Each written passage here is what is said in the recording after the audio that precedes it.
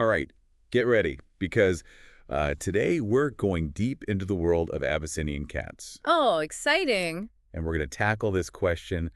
Are these sleek little guys actually the thinkers of the cat world? Hmm, that is a good question. What do you think? I think it's possible. I'm ready to find out. Yeah, let's see. So, to really get into their heads, we need to start at the beginning Okay. with their history. Right. And that's where things get interesting. Okay, how so? Well, their history is kind of a mystery, almost like a clue in our sinker puzzle. I like that, a thinker puzzle. So for years, everyone thought Abyssinians originated in ancient Egypt. Oh, really? I mean, you see those statues and those paintings and you think, well, Yeah, makes sense. case closed. Yeah. Like they just strolled out of a pharaoh's palace. Uh-huh. But recent genetic studies suggest a totally different story. What? They might actually be from Southeast Asia and the Indian Ocean coast. Wow, interesting. So maybe not straight out of Egypt after all. So then how did they get the name Abyssinian? That's a good question because Abyssinia is modern-day Ethiopia, right? You're right, and the name does come from there. They were brought to England from Abyssinia in the 1860s. Oh, After the Abyssinian War. But get this, those early Abyssinians were actually quite different from the ones we see today. in what way? They were stockier with shorter ears. Oh, so the Abyssinian we know and love is actually a result of careful breeding and evolution in England. Precisely. It's like they went through their own thinking process of adaptation. Oh, like that. I know, right? And speaking of thinking, have you ever looked closely at an Abyssinian's coat? Oh, absolutely. It's one of their most distinctive features. That ticked coat. Yeah, do you know how that works? I've always wondered about that. Okay, so it's fascinating. Okay. Each hair has bands of alternating colors, starting lighter near the skin and getting darker towards the tip. Imagine each hair like a tiny paintbrush stroke, creating that shimmery, wild look. Oh, wow. Yeah. So it's like a genetic variant of the tabby pattern. Pretty much. That's so cool. The original color is a warm reddish brown with black ticking, Right. but I've seen other variations too. Yeah, I've seen like the fawn color, right? Right, fawn color is quite common, but there are quite a few variations. Yeah. But what really draws your attention are those ears. Their ears are huge. Large, forward-facing, and well-cupped. Yeah. They give Abyssinians that constantly alert expression. It's like they're always on high alert analyzing their surroundings. Yeah, they are very observant cats. And those almond-shaped eyes just radiate intelligence. They do. And maybe a little mischief, too. Absolutely. I love that about them. And their body structure adds to that air of alertness. Tell me about it. Long, slender body, small paws, and they always seem to be standing on their tiptoes, like they're ready to spring into action at any moment. Like they're ready for that next big thought. Maybe, yeah. I love how their long, tapering tail just adds to that overall sleek and elegant look. It's a perfect complement to their athletic build. It really is. Yeah. But it's not just about looks. Right? No, not at all. Their personality is what really sets them apart. Definitely. And this is where our thinker theory really might start to take shape. Interesting. Abyssinians are famous for being highly intelligent, incredibly curious, and incredibly active. That's true. They have an energy level that rivals most dogs. Uh-huh. So not exactly the Netflix and chill type of cat. Definitely not. The article describes them as needing a lot of amusement. Oh, wow. They can be quite challenging for owners who are looking for a mellow lap cat. So they need more than just a scratching post and a sunny window to keep them happy. Much more. Well, like what? They need a lot of mental and physical stimulation. Oh. Otherwise, that Abyssinian ingenuity might turn into mischief. Oh, no, I can only imagine. Think of it this way. They're like little furry Einsteins who also happen to be ninjas. Okay. You need to keep both those brains and bodies busy. So how do you keep a tiny Einstein ninja entertained? Well, first off, they love to climb. And I mean, they really love to climb. Like Spider-Man level climbing. Yeah. Exactly. Vertical space is absolutely crucial for them. Cat trees, shelves, scratching posts, anything that lets them indulge their inner acrobat. Wow. So essentially you need to turn your house into an Abyssinian jungle gym. Pretty much. And if you have a window with a good view, Forget about it. They'll spend hours birdwatching, chattering away like they're narrating a nature documentary. like they're constantly taking in information, analyzing the world around them. Exactly. They're not just observing, they're engaging with their environment in a really active way. Which makes sense if they're the thinkers of the cat world. Right. It's not just about physical activity, it's about mental engagement too. They need to feel challenged, stimulated, and involved. So we're back. And I'm already picturing my house like transformed into a feline obstacle course. You might need to invest in some serious cat furniture. I know, right? It'd be worth it. But what about, like, those times when you can't be building elaborate climbing structures for your Abyssinian? Right. What about toys? Well, that's where the thinker aspect comes in with toys. Okay. Just like batting around a catnip mouse. Right. Abyssinians need toys that actually engage their minds. So, like, what kind of toys are we talking here? Think puzzles.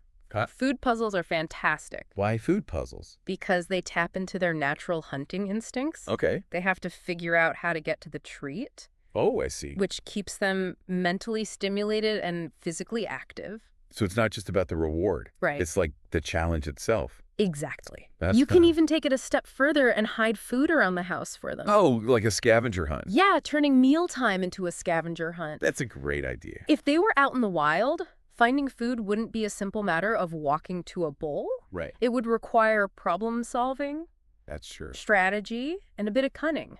So you're recreating that in a safe indoor environment. Exactly. I like it. And don't underestimate the power of simple things, too. Okay. Like what? A cardboard box, a crumpled piece of paper, a bottle cap. These can all become fascinating puzzles for an Abyssinian. So it's like they have this ability to find joy and stimulation in the most unexpected places. They really do. But don't think for a second that that means they don't need interaction with their humans. Oh, of course not. They want to be involved in everything. Right. And that brings us to training. Training. Now, I know some people think you can't train a cat, Right. but with Abyssinians, What about Abyssinians? they're the exception. Oh, really? They are incredibly intelligent Okay. and eager to learn. So with little patience and positive reinforcement, What can you teach them? you can teach them to walk on a harness, fetch toys, Wow. even navigate agility courses. Hold on. Cats doing agility courses, like jumping over hurdles and weaving through poles. They can be incredibly athletic. Oh my gosh. And training not only keeps them mentally stimulated, Right. but it also strengthens the bond between you and your cat. So it's not just about learning tricks. It's about building a deeper connection with your Abyssinian. Precisely. I like that. And it helps them develop valuable skills, Like what? like focus patience Uh-huh. and impulse control. All very thinker quality. Wouldn't you say? That's right. Absolutely. It's like we're nurturing their natural intelligence and channeling it in a positive direction. Right. But even with all this mental and physical stimulation, Right. there's another crucial aspect of their care that we need to address, Which is... their health. Oh, okay. Let's talk about that. As much as we love their playful personalities and sharp minds, Of course. we also want to make sure they live long, healthy lives. So let's talk about some of the health concerns that potential Abyssinian owners should be aware of. One condition that often comes up is progressive retinal atrophy, or PRA. Right. I remember reading about that in the Daily Pause article. Uh-huh. It can eventually lead to vision loss. That's correct. It's a serious condition, but thankfully there are ways to manage it and help affected cats maintain a good quality of life. So it's not a death sentence, No. but it does require careful management. Exactly. Early detection is key. So you need to like keep an eye out for things. Yeah. Watch for any signs of vision problems, like bumping into things or having difficulty seeing in low light.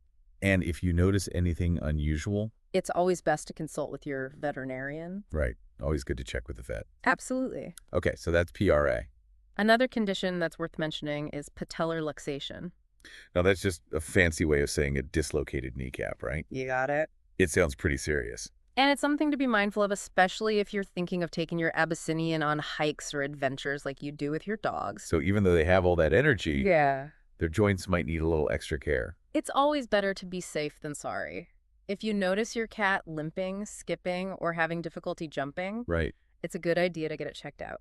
Now we've talked about eye health and joint health, Uh-huh. but what about their internal organs?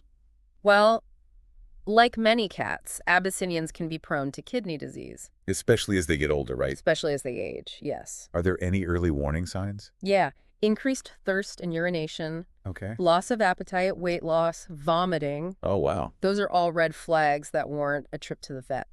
So it's really about being observant Yes. and proactive Yeah, when it comes to their health. And there's another condition called renal amyloidosis. What's that? It's a genetic disorder where a protein called amyloid builds up in the kidneys. And that can lead to... Kidney damage and eventually kidney failure, unfortunately. Oh, that's awful. There's right? no cure.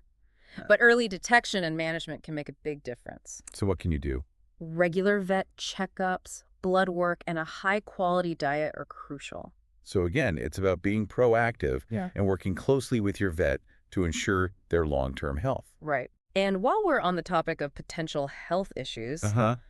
we can't forget about dental care. Ah, yes, those pearly whites. Abyssinians, like all cats, are prone to gingivitis and periodontal disease. I seem to recall that brushing an Abyssinian's teeth is not exactly a walk in the park.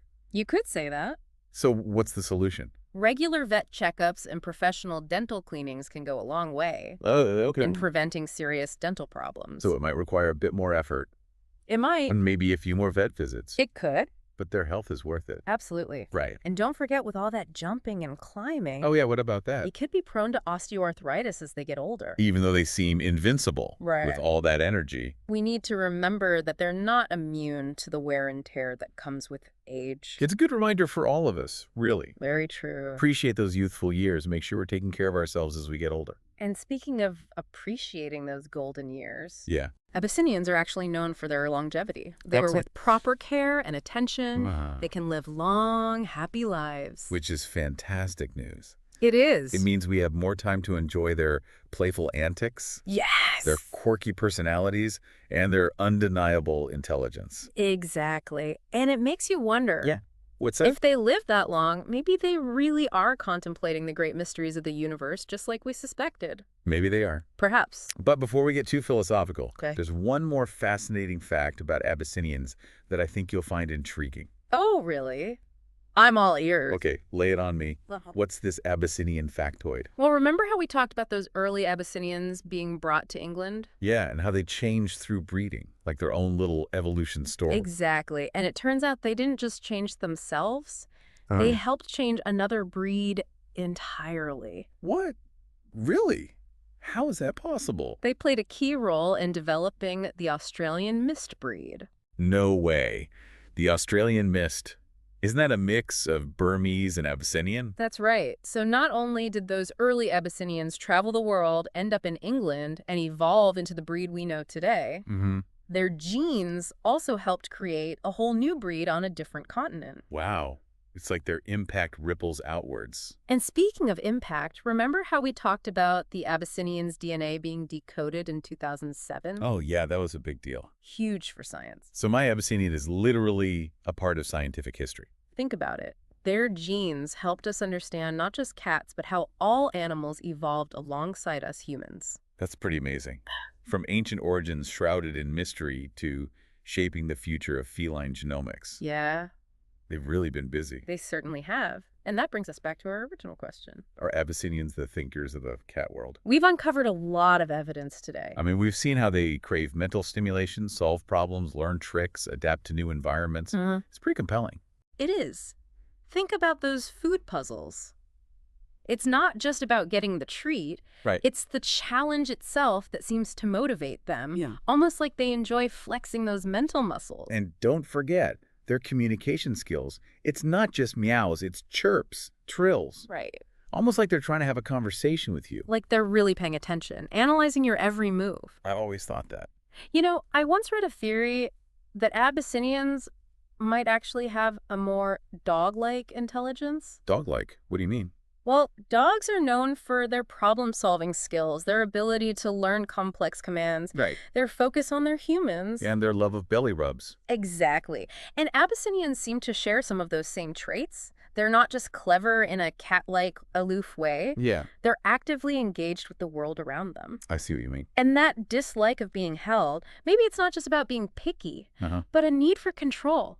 A very thinking cat trait. Makes sense. It's like they're not just reacting to their environment, they're actively shaping it, making choices. And let's not forget their role in pop culture. Oh, yeah. A Disney movie. Wait, an Abyssinian was in a Disney movie. The Cat from Outer Space. A classic. Okay, case closed. They're thinkers? I mean, what other cat could pull off intergalactic adventures? So if you're looking for a feline companion that's more than just a pretty face. If you want a cat that will challenge you, make you laugh, and maybe even teach you a thing or two. The Abyssinian might be the perfect match. But be warned, You might need to invest in some brain teaser toys. Absolutely. And maybe a few extra scratching posts for those acrobatic thinking sessions. Lots of vertical space. Well, I think we've successfully cracked the code on this one. Abyssinian cats, thinkers, adventurers, and maybe even a little bit magical. Thanks for joining us on this deep dive. We'll see you next time.